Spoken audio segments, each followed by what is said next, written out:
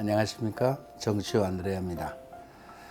평신도에 의한 평신도의 영성 이야기 15번째 시간입니다. 오늘은 쉬는 신자에 대한 이야기를 조금 하겠습니다.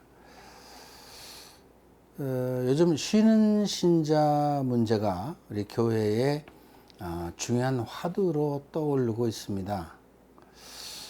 현재 대부분 성당에서 이 문제는 먼 살의 불이 아니라고 발등의 불이 된 지 오래됐습니다. 그렇다면 우리는 이 냉담의 문제를 어떻게 풀어나가야 될까요? 우선 냉담의 원인이 무엇인지에 대해 파악하는 것이 대단히 중요합니다. 원인을 알아야 해법을 알 수 있기 때문에 그렇습니다. 우선 현행 교리 방식의 문제를 살펴볼 수 있겠습니다.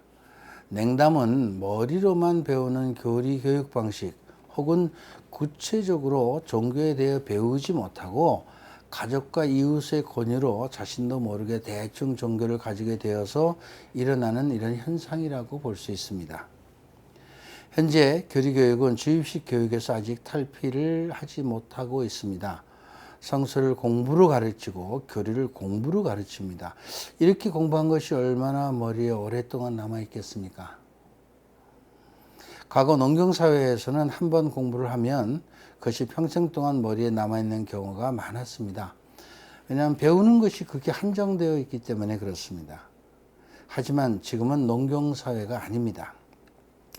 매일 수없이 많은 정보들이 계속 쏟아져 나오고 있으며 우리의 머리는 그 정보들을 매일 흡수하느라고 극도의 피로감에 잡혀 있습니다. 그러다 보니까 어떤 것이 머리에 들어와도 다른 것으로 이미 대체해버리고 맙니다. 또 한 가지 말하고 싶은 것은 이 끼리끼리 문화입니다.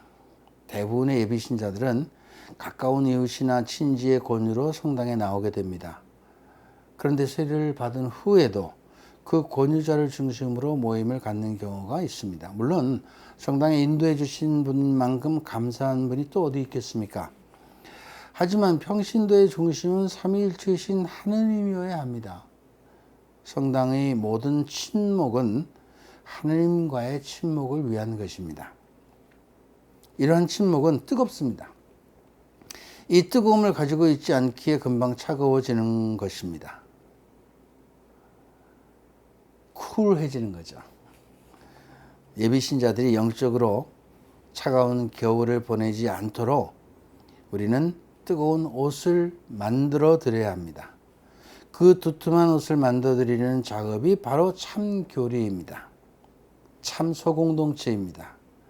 또 세례받은 직후에 바로 과다한 봉사활동에 뛰어들어 자신의 기력을 소진시키는 일이 있습니다. 이것도 문제입니다. 봉사는 영적으로 어느 정도 성장한 이후에 해야 합니다. 우리는 예수 그리스도를 닮으려고 신앙생활을 하는 것이지 일을 하려고 신앙을 선택한 것이 아닙니다. 일은 종교를 가지지 않은 사람도 잘합니다. 우리는 영적인 일을 해야 합니다. 일이 중요하지 않다는 말이 아니라 일이 우선이 아니라 영이 우선이라는 말입니다.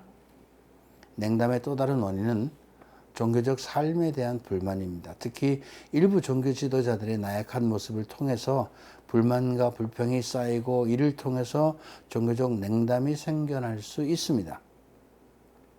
실제로 기성 종교의 소소한 생활에 대한 어떤 제한이나 기성 종교의 불완전함 등에서 오는 불만들을 무의식적으로 어떻게 보면 종교적 불만으로 이렇게 환치될 수 있다는 거죠. 이처럼 종교적 냉담 중 상당 부분은 이 종교에 대한 불만 속에서 나타납니다. 이렇게 되면 평온함을 찾기가 힘들어집니다. 성당에 가도 추운 느낌을 받습니다. 뜨거워야 하는데 그렇지 않습니다. 이렇게 냉담에 빠지게 되면 일상에서 종교적 충만함을 경험할 수 없습니다. 그래서 기도, 성찬의 전례, 미사 참석과 같은 종교적 활동은 고통스럽고 지루한 시간이 되고 맙니다. 복음화는 더욱더 불가능하죠.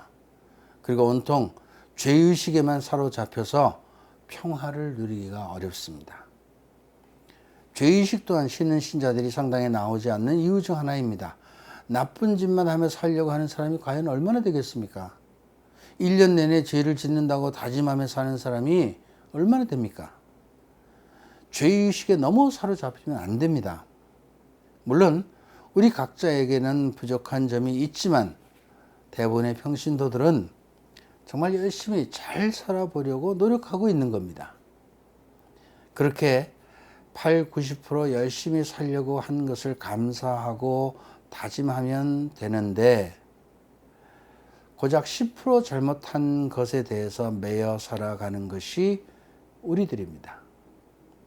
이제 하느님으로부터 멀리 떨어진 삶이 아닌 하나님과 함께 하는 삶을 살아야 합니다. 평신도는 세상에 외롭게 던져진 존재가 아닙니다. 하나님에 의해 축성된 하나님의 자녀, 하나님의 백성입니다. 이제 평신도들이 세상 안에서 어떤 삶을 살아야 하는지에 대해서 좀 더 구체적으로 다음 주에 살펴보도록 하겠습니다. 감사합니다.